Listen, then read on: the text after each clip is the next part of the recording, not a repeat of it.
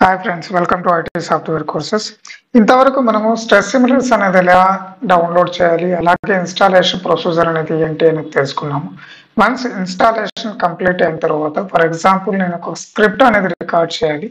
ఆ రికార్డ్ చేసేటప్పుడు ఏ ప్రొసీజర్ అనేది ఫాలో అనేది ఈ వీడియోలో తెలుసుకున్నాము. ఫర్ ఎగ్జాంపుల్ నేను స్ట్రెస్ సిమ్యులేటర్స్ అనేది ఆల్రెడీ ఇన్స్టాల్ చేస్తున్నాను. ఇక్కడ వచ్చేసి నేను స్ట్రెస్ సిమ్యులేటర్స్ అనేది నా డెస్క్టాప్ అనేది అప్లికేషన్ పెట్టాను. సో ఈ స్ట్రెస్ సిమ్యులేటర్స్ అనేది డబుల్ క్లిక్ ఇవ్వండి. డబుల్ క్లిక్ ఇచ్చిన వెంటనే స్ట్రెస్ సిమ్యులేటర్స్ అనేది ఓపెన్ అవుతుంది. లేదంటే మీరు ఎప్పుడైతే ఇన్స్టాలేషన్ చేస్తారో ఇన్స్టాలేషన్ చేసినప్పుడు ఎక్కడైతే పాత్ అనేది ఇచ్చారో ఆ పాత్ర అనేది స్ట్రెస్ సిమ్యులేటర్స్ అనేది ఉంటుంది. అక్కడికి వెళ్ళి స్ట్రెస్ సిమ్యులేటర్స్ అని క్లిక్ చేశారంటే ఇలా అనేది ఒక స్ట్రెస్ సిమ్యులేటర్స్ టూల్ అనేది ఓపెన్ అవుతుంది. ఓపెన్ అవ్వగానే మీకు ఇక్కడ ఆప్షన్ అనేది కనపడుతుంది, వెల్కమ్ టు స్ట్రెస్ సిమ్యులేటర్స్ అనేది. అలాగే record this case test case అనేది ఉంది. సో ఇది ఎప్పటికీ మీకు అవసరం లేదనుకుంటే దీనిపైన క్లిక్ చేసి రీస్టార్ట్ కొట్టండి, సరిపోతుంది. లేదంటే మీకు రికార్డెడ్ టెస్ట్ కేస్ అనే ఆప్షన్ కావాలంటే దీనిపైన క్లిక్ చేయండి. మీకు డైరెక్ట్గా రికార్డింగ్ ఆప్షన్ అనేది వెళ్తుంది. ఇక్కడ వెల్కమ్ అనేది ఒక పాపప్ వస్తుంది. అలాగే రికార్డింగ్ ఆప్షన్స్ అనేది different creating your test cases, configuration, basic load test, ఇలా డిఫరెంట్ అనేది కనబడుతాయి. ఇక్కడ మనకు నెక్స్ట్ అనేది క్లిక్ చేయండి. ఇక్కడ క్లిక్ చేసిన తర్వాత మీరు ఎగ్జాంపుల్ ఏదైతే అప్లికేషన్ రికార్డ్ చేయాలనుకుంటున్నారో, ఏ సినారియో రికార్డ్ చేయాలనుకుంటున్నారో ఆ టెస్ట్ కేస్ సినారియో నేమ్ అనేది ఇక్కడ ఇవ్వండి. అలాగే వచ్చేసి మీకు వెబ్ బ్రౌజర్లో యూస్ చేస్తున్నట్లయితే వెబ్ బ్రౌజర్లో ఏ బ్రౌజర్ అనేది యూస్ చేస్తున్నారు, మైక్రోసాఫ్ట్ ఎడ్జ్, గూగుల్ క్రోమ్, లేకపోతే ఇంకేదైనా సో అనేది ఇలా సెలెక్ట్ చేసుకోండి. నాన్ వెబ్ అప్లికేషన్కి అయితే మీరు ఏపీఎస్ వీటికి సంబంధించిన అయితే డిఫరెంట్గా ఉంటుంది. అలాగే వచ్చేసి యూనిఫైడ్ సర్వీస్ డెస్క్టాప్ సర్వీసెస్ సంబంధించి ఉంటుంది. Mobile are remote connected client open. ఇక్కడ వచ్చేసి మనం ఆల్రెడీ ఒక స్క్రిప్ట్ అనేది రికార్డ్ చేసాం అనుకోండి, ఆ రికార్డ్ చేసిన స్క్రిప్ట్ ఎగ్జిస్టింగ్ టెస్ట్ కేస్ అనేది ఓపెన్ చేయడానికి కూడా ఇది ఉపయోగపడుతుంది. క్రియేట్ ఎంటీ టెస్ట్ కేస్, ఇది ఎంటీ టెస్ట్ కేస్ అనేది కూడా క్రియేట్ చేస్తుంది. ఇప్పుడు మనం బ్రౌజర్ యూస్ చేస్తున్నాం కాబట్టి వెబ్ బ్రౌజర్ అనేది నేను క్రోమ్ అనేది తీసుకున్నాను. సో మీరు ఇక్కడ నెక్స్ట్ అనేది క్లిక్ చేయండి. ఇక్కడ క్లిక్ చేసిన తర్వాత మీకు యూఆర్ఎల్ అని ఉంటుంది. ఫర్ ఎగ్జాంపుల్ మీరు యూఆర్ఎల్ అని ఫస్ట్ ఇవ్వాలనుకున్నప్పుడు నేను ఇక్కడ ఒక టెస్టింగ్ యూఆర్ఎల్ అని ఇస్తాను. దీన్ని 2 టైప్స్గా మనం రికార్డ్ చేయొచ్చు. మనం యూఆర్ఎల్ ఫస్ట్లోనే ఇచ్చేసి ఇక్కడ ట్రాన్సాక్షన్ నేమ్ అనమాట T01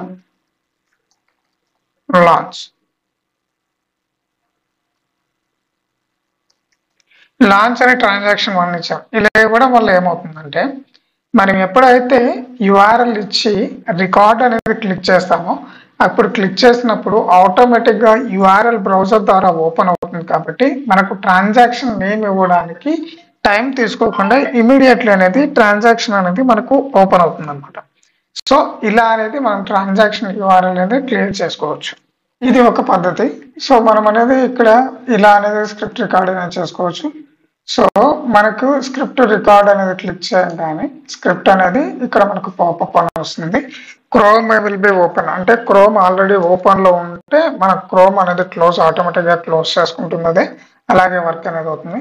ఒకవేళ క్రోమ్ లేనప్పుడు కూడా ఈ పాపప్ అనేది వస్తుంది. స్టార్ట్ రికార్డింగ్ అనేది క్లిక్ చేసినప్పుడు ఇక్కడ రికార్డింగ్ అనేది స్టార్ట్ అయిపోతుంది.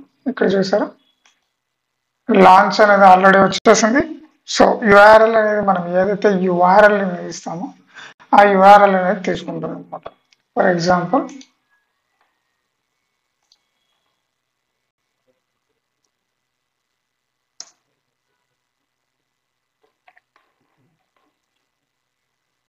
ఓకే. సో మనకి ఇక్కడ ఆల్రెడీ అనేది ఓపెన్ అయింది, లాంచ్ పేజ్ అనేది ఓపెన్ అయింది. పెట్ స్టోర్ అనేది, so transaction login sign in T03 user name,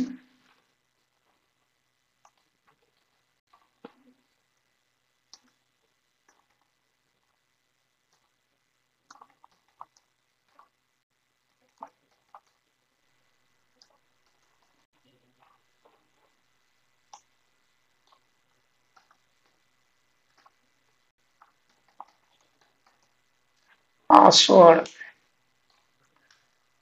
T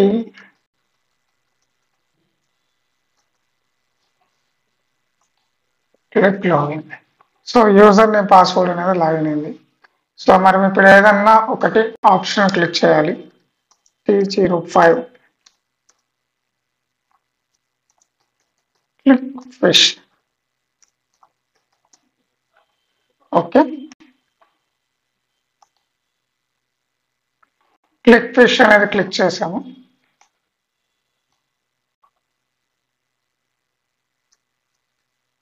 T06 select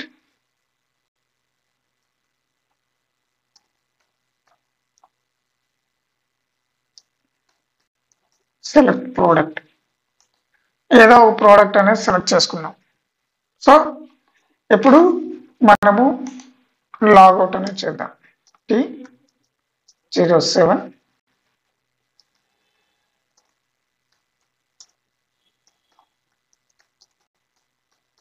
logout. So ఇక్కడ సైన్ అవుట్. ఓకే, ఇది సైన్ అవుట్ అయిపోయిన తర్వాత ఇక్కడ స్టాప్ అనేది క్లిక్ చేయండి.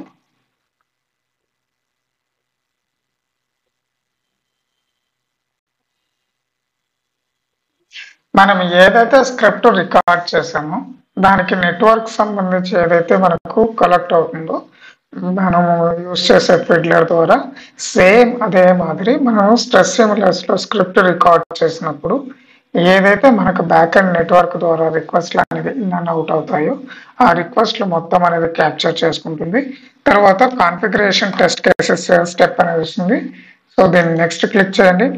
ఇక్కడ మనకు ఇన్ అవుట్ ఏమవుతున్నాయో ఆ దానికి సంబంధించి ఏ యుఆర్ఎల్స్ అనేది ఫెచ్ అయ్యాయో దానికి సంబంధించి అనేది డీటెయిల్స్ అనేది ఇక్కడ వస్తుంది. మీకు ఇక్కడ ఫేస్బుక్ ఉంది, స్ట్రెస్ సిమ్యులర్స్ ఉంది, facebook.com. మీకు అన్వాంటెడ్ అనిపించినట్లయితే మీ ప్రాజెక్ట్కి సంబంధించి అవసరం లేదు అనుకున్నట్లయితే మీరు దీనిపైన క్లిక్ చేసి డిలీట్ అనేది చేయొచ్చు. ఇన్ కేస్ అవసరం లేదు ఉన్నా కూడా మాకు ఇబ్బంది లేదు అనుకున్నట్లయితే మీరు అలాగే ఉంచవచ్చు. సో ఇక్కడ నెక్స్ట్ అప్లికేషన్ జావా. మీకు ఆల్రెడీ మీరు ఎప్పుడైతే స్క్రిప్ట్ రికార్డ్ చేస్తారో స్క్రిప్ట్ రికార్డ్ చేసేప్పుడు దానికి సపోర్ట్ అయితే జావా కానీ టెక్స్ట్ ప్లాన్ కానీ HTML రిపోర్ట్స్ కానీ PNG కానీ ఇవి మొత్తం అనేది మనకు సపోర్టింగ్ స్క్రిప్ట్ అనేది రికార్డ్ అవుతుంది. ఇది ఫిడ్లర్కి సంబంధించింది కాబట్టి. సో మీకు అన్వాంటెడ్ అనిపిస్తే మీరు ఇక్కడ కూడా డిలీట్ చేసేయచ్చు. సో ఇక్కడ రన్ వెరిఫై ఏదో మీరు డైరెక్ట్గా నెక్స్ట్ క్లిక్ చేసినారంటే అయితే ఈ టెస్ట్ అనేది ఆటోమేటికల్లీ రన్ అనేది అవుతుంది. సో ఎందుకంటే మనము ఎప్పుడైతే లోడ్ రన్నర్ కానీ జేమీటర్ కానీ ఇవన్నీ స్క్రిప్ట్ రికార్డ్ చేసినప్పుడు మనము ఫర్దర్ కోరిలేషన్ కానీ పారామీటరైజేషన్ కానీ డైనమిక్ వాల్యూస్ ఫైండ్ అవుట్ చేయడానికి ఎలాగైతే మనం స్క్రిప్ట్ అనేది రన్ చేసి డైనమిక్ వాల్యూస్ ఫైండ్ అవుట్ చేస్తామో ఇక్కడ ఆల్రెడీ కోరిలేషన్ అనేది జరుగుతుంది. దాన్ని ఫైండ్ అవుట్ చేయడానికి ఇలా స్క్రిప్ట్ అనేది ఎగ్జిక్యూట్ చేయొచ్చు. ఇక్కడ లోడ్ అనేది వస్తుంది. యాజ్ ఆఫ్ నౌ దీని గురించి మనకు అనవసరం. స్క్రిప్ట్ అనేది రికార్డ్ చేసాము. సో దీన్ని అనేది క్లోజ్ చేసాం. స్క్రిప్ట్ లో రికార్డ్ అయింది. మనకి ఎక్కడైతే ఎర్రర్స్ అనేది కానీ ఇలా ఫైండ్ అవుట్ అయ్యి ఎక్కడెప్పుడైనా వార్నింగ్స్ కానీ ఎర్రర్స్ వచ్చినప్పుడు అవి ఎలా ఫైండ్ అవుట్ అవుతాయి ఏమి అనేది నెక్స్ట్ వీడియో తెలుసుకుందాము. ఈ వీడియోలో వచ్చేసి యాజ్ ఆఫ్ నౌ స్క్రిప్ట్ అనేది ఎలా రికార్డ్ చేయాలనేది మీకు తెలియజేశాను. మీకు ఎలాంటి డౌట్స్ ఉన్నా కానీ please comment it. Thanks for watching this video. Have a nice day. Please subscribe it.